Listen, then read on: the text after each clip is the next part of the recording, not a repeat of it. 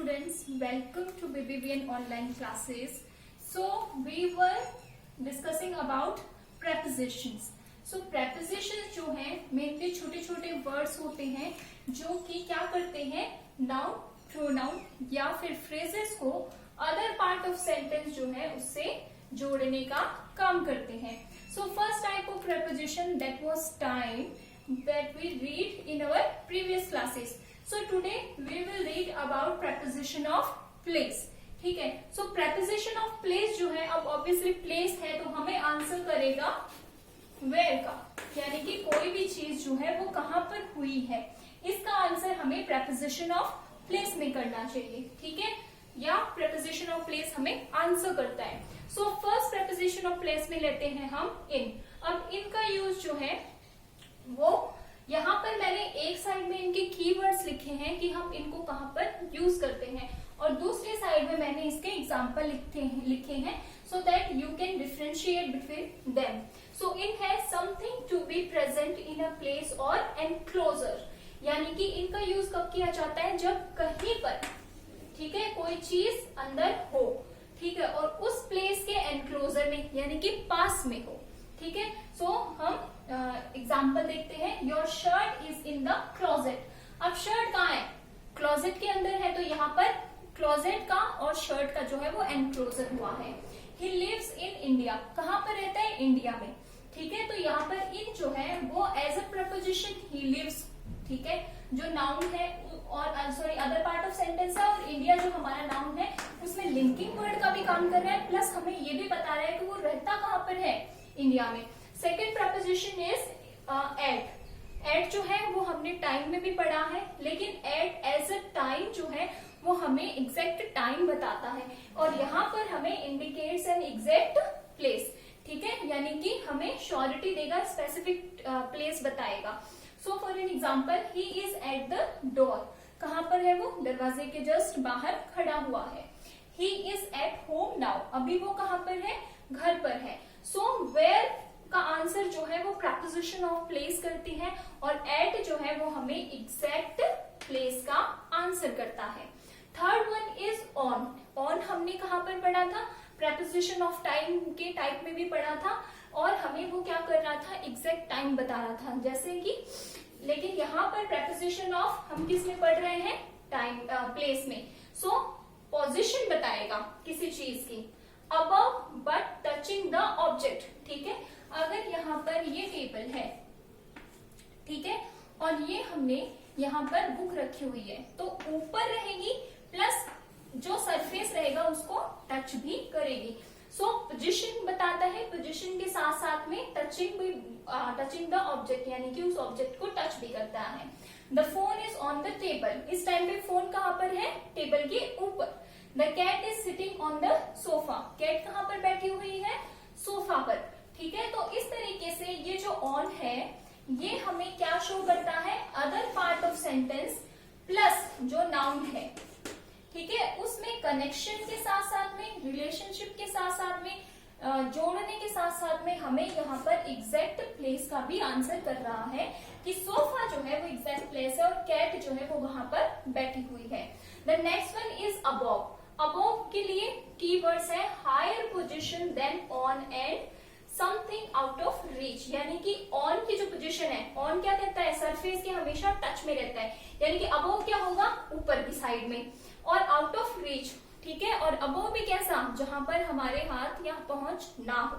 ठीक है, सो अबव समझ में आया. हायर पोजीशन रहेगी ऑन से. ऑन तो क्या करता है, टच करने का काम करता है, और अबव जो है वो एकदम ही हमारी रीच के बाहर होता है. ठीक है, the sky is above my head. ठीक है, तो यहाँ पर मैंने अबव का यूज किया है. ठीक है, तो अबव मुझे क्या साइन दे रहा है कि स्काई जो है वो काफी ज्यादा ऊपर की तरफ है. The bird is flying above the bridge. यानी कि ब्रिज के ऊपर से उड़ तो रही है, कहने का मतलब है, लेकिन जब यहाँ पर मैंने अबव का यूज कर दिया, इट सिंपली मीन्स बर्ड्स की जो हाइट है वो बहुत ज्यादा है. The next one is over. Over हमें क्या शो करता है, position between on and above and not touching.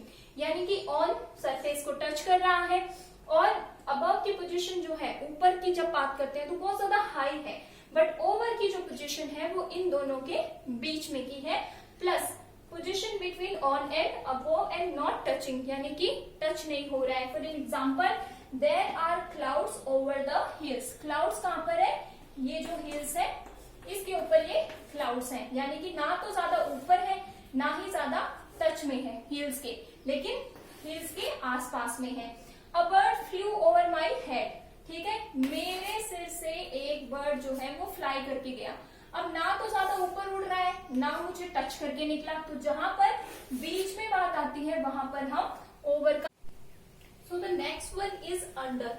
Under opposite of and on and below the surface, यानी कि अंडर क्या होता है? अपोजिट होता है किसका? ऑन और बिलो, ठीक है। हमने ऑन और बिलो का यूज देखा, उसके जस्ट अपोजिट होता है और क्या होता है? नीचे की तरफ अगर कोई चीज रखी हुई है तो हम अंडर का यूज करते हैं। See the cat is under the table, यानी कि कैट कहां पर बैठी हुई है?